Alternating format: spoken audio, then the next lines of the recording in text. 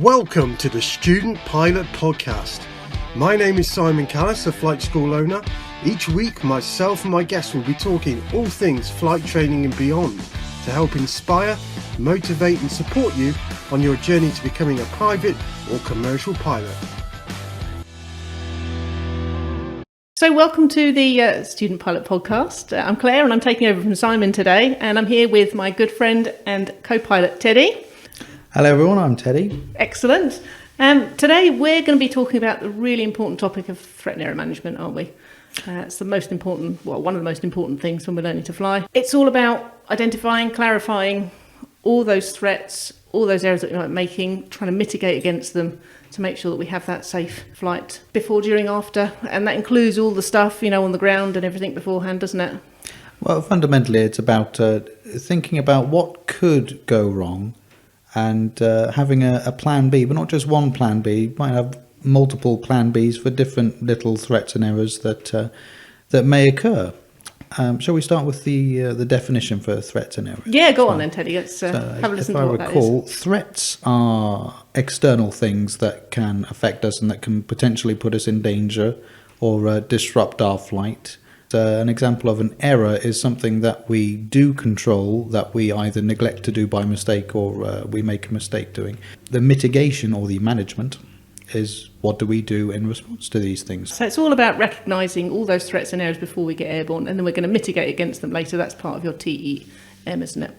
And that goes for all things, like I say, pre-flight planning and things, but it goes for dual instructional flights. So we do it as flight instructors, don't we, every time we go flying, both as hirers and as licensed professionals, where we're teaching people. So all that sort of stuff is being done in the background on the early sort of flights. People might not realise that that's the sort of stuff that we're doing. But then, of course, we have to introduce that to the students so that when they go solo, they've got all those tools in the toolbox, if you like, to get them through their flights safely as well. Well, exactly. That's they need to have a certain amount of experience to handle slight threats and errors that may go wrong, and we as instructors, we keep them safe from the really big threats and errors by not letting them go into conditions that might be as hazardous as we would allow ourselves to go into, because we of course have more experience and we know how to handle these things. Yeah, exactly. So examples of threats then, we've already said bad weather. A couple of others here I've got air traffic congestion, so lots of other aeroplanes in the sky. That's something we can't control, but we're going to have to try and think about. And also things like malfunctioning equipment and stuff, we don't have any control over that sort of stuff either, do we? So that could be an issue with DIs going wrong, or attitude indicators if you're instrument flying, that sort of thing, or even a GPS unit packing up and dying or something like that.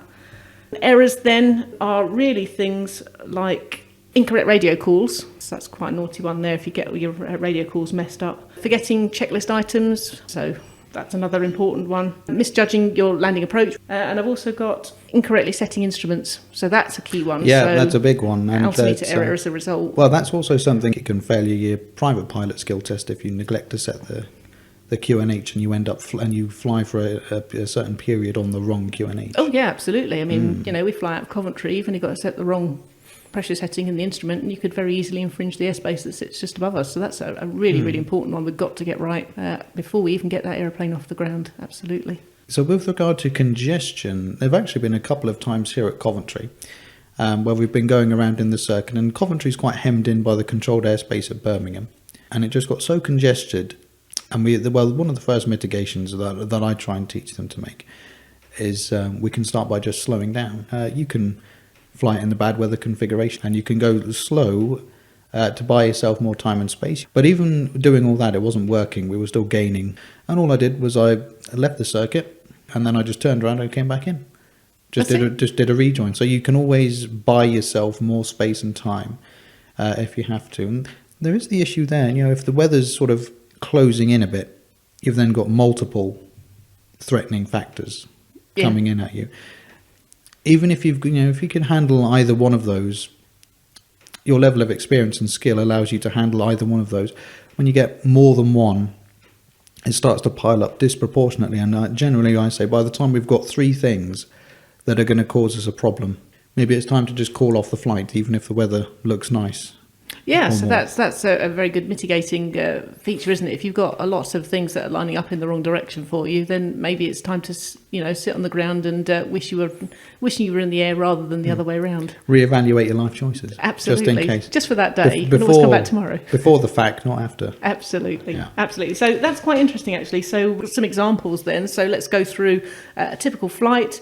Starting on the ground, we've got threats that we could have things like if we have a trial lesson that suddenly turns up through the door and we don't know who they are, we could have somebody that's very large, and so if you've got a couple of rather large individuals in the aeroplane, we've then got a mass and balance issue, haven't we? So that's a threat because we don't know what it's like until they turn up. So the way we're going to try and mitigate against that is to do our mass and balance to make sure that the aeroplane obviously is not overloaded for takeoff, but also that we're within the C of G limitations to make sure that we've got controllability, etc. Before flight. We've already touched on the weather, so we then obviously you're then looking at your rainfall radars, your tachometers, and all those sorts of things to mitigate against that, to see whether it's a sensible decision to go. And then you've got NOTAMs, which is another important one, isn't it? Checking up on the NOTAMs to make sure that those threats in terms of a lot of flying displays at this time of the year. We've had one locally, haven't we, the Midlands Air Festival just a couple of days ago. So we will need to make sure that all of those things are taken into consideration. Once we're happy with that, then we might then choose to jump in the aeroplane, and we've then got the next stage of threats. It's very, very simple things like assuming that the propeller is live and not approaching the aeroplane from the front. That's a threat, and then we're mitigating it by making sure that we approach the aircraft from the rear, away from the danger area, getting in the aeroplane nicely. Simple things, wearing seatbelts. Oh, yeah.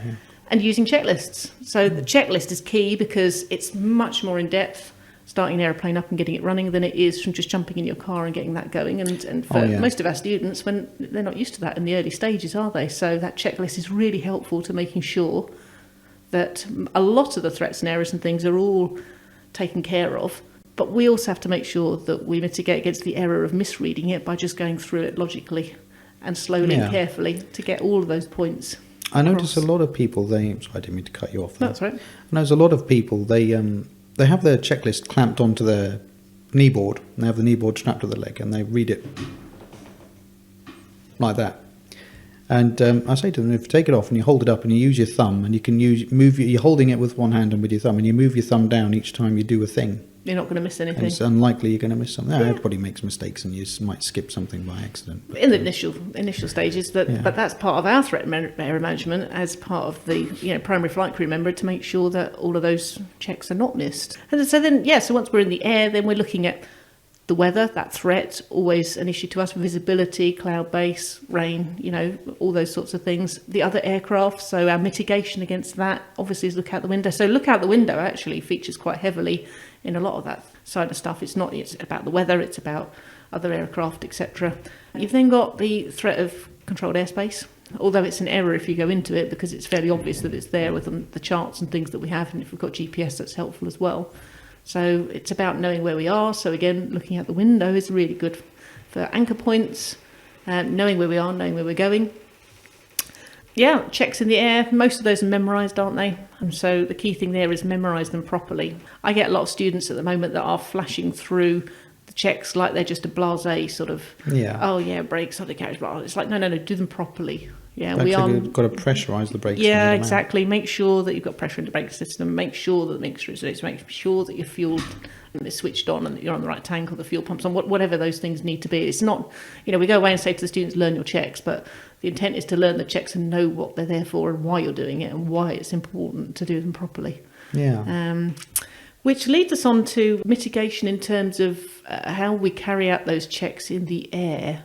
A lot of them things like, for example, if you're doing a practice force landing out in the local area, you would simulate turning off the fuel, wouldn't you? So things like that to make sure that as an error we don't accidentally turn the fuel off for real, because we're only practicing, we don't want to turn it into a real emergency, is the point and say it out loud method. So you could point at that and say, I would turn that fuel mixture off, or I would turn the fuel cock off, but you don't actually do it. I have a fun fact, actually. I'm just going to read that from my cheat sheet here. So there was a study by the Railway Technical Research Institute, and they did it in 1994. And they found out that implementing pointing and calling reduced work-related errors by nearly 85%. So that's a massive improvement or a reduction in issues. Specifically, workers who use this method made only 0.38 mistakes per 100 actions compared to 2.38 errors without it. So that just goes to show that if you do your threat and error management properly, it can have a massive improvement in terms of, flight safety in particular. So there we are. Let's go through them with how it works. So we're going to verbally and physically indicate each item on the checklist, for example, ensuring that no steps are overlooked. So saying those checks aloud are really important, pointing to them if you're not actually physically doing anything with them. So with the starting up ones, you're exercising certain levers and knobs and dials to make sure that they're working properly and setting them. But there might be other things that are like your instruments should be unbroken and readable. So you can just work your way through those, and you can point to those instruments as you're saying those instruments look fine, with no indications of errors and no breakages on them. That's quite important. And then you're reaffirming to yourself that is so, but you're reaffirming it to me as the pilot sitting next to you that is also safe to proceed. Instrument monitoring during flight, pointing out and announcing the readings again from the critical instruments can help maintain situational awareness. So let's then talk about why the point and calling system actually works. So how point and calling works, why it works. It's the effectiveness of pointing and calling lies in the engagement of the multiple sensors. Yeah. So you've got your visual. So the pointing directs the attention to the specific item or control. The auditory, so verbalising the action, reinforces that memory and awareness.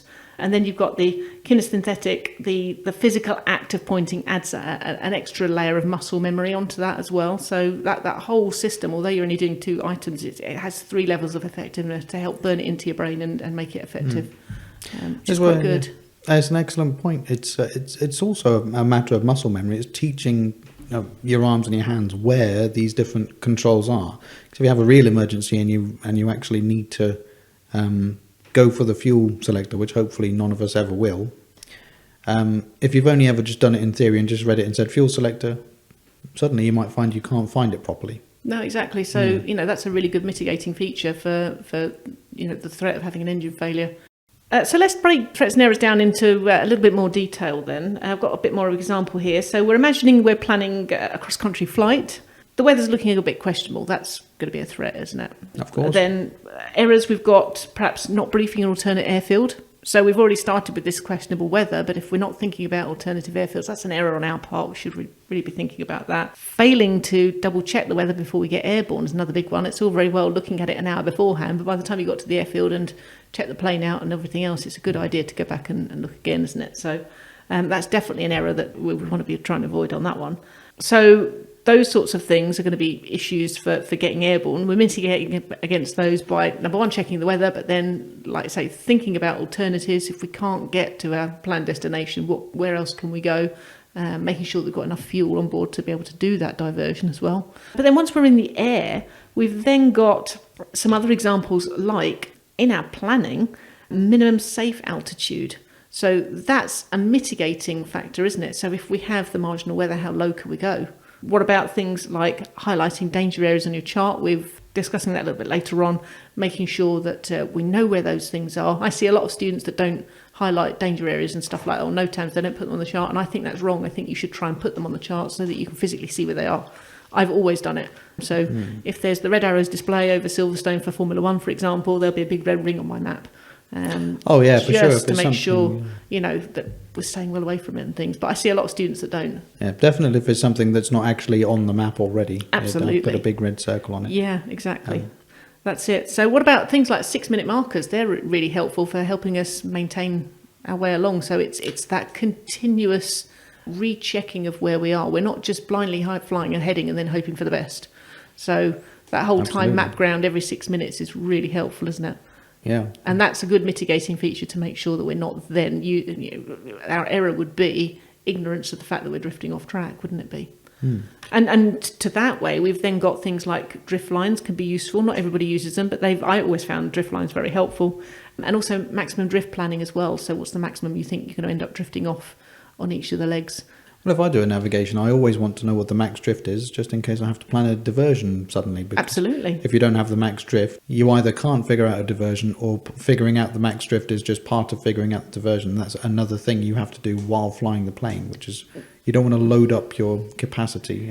So it's a massive error if you've not done that sort of planning on the ground before you go, isn't it? So the mitigation of that is get that planning on your pad or on your chart, however you want to do it. So you've got all that data with you in the flight before you get going. So with weather and NOTAMs, big key things there. So check your weather, check your NOTAMs. Acronyms and checklists, so that's really helpful. So the checklists are there for a reason, and one of the errors could be that we're missing those checklist items by missing a line and things, but quite a lot of the airborne ones are done with acronyms, which is a helpful way of remembering stuff. So learn the acronyms. I was often told when I was learning that the rude acronyms stick more readily, and they do. I'll have to tell you the one that I've got for the Duchess pre-landing checks. Not for this video, Teddy. Let's move on. But there's another big thing that sometimes is neglected in navigation, and that is the use of what I call guard features.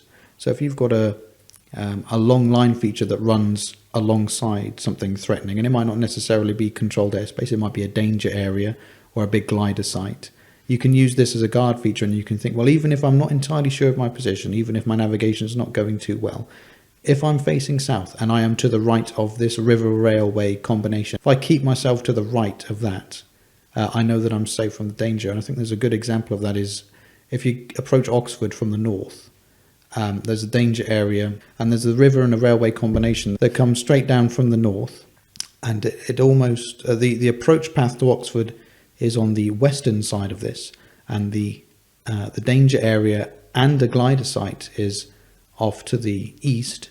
So if you use that river railway combo, even though it's actually quite tight how close you have to get to these things, you can get close and you can keep an eye on this river railway, and you know that you're safe from it. Yeah. So that is an example of a mitigation in navigation. Absolutely. No, I think from the terms of a debrief point, just to go towards the end, it's thinking about how you managed your threats and errors as well. Is there anything you could have done on that flight differently that you would then incorporate into your next flight to make the next one even safer? Maybe you didn't look out quite as well as you should have done as part of your steep turns exercise, and next time you need to look out a little bit more. Or maybe you didn't manage your fuel quite rightly, because as you went to the fuel bay when you got back, you had a gross misalignment of fuel in each of the tanks. So thinking about your Frida checks more often in flight would then keep your aeroplane much better balanced. Things like that I think are always quite useful. So the debrief is actually really quite as important as the pre-flight and the flight as well, isn't it? From the terms of threat and error management, it doesn't just stop the moment you shut the aeroplane down and get out of it. You then reflect on what you've done, just to make sure that you have covered all those things that you wanted to do, and if there was anything you missed, that you can then make sure that you don't miss again on your future flights. There's no definitive list of everything. We can't feature everything in this particular podcast, but hopefully this podcast is designed and it's helping everyone just to think about threats and errors a little bit more carefully when they're going flying.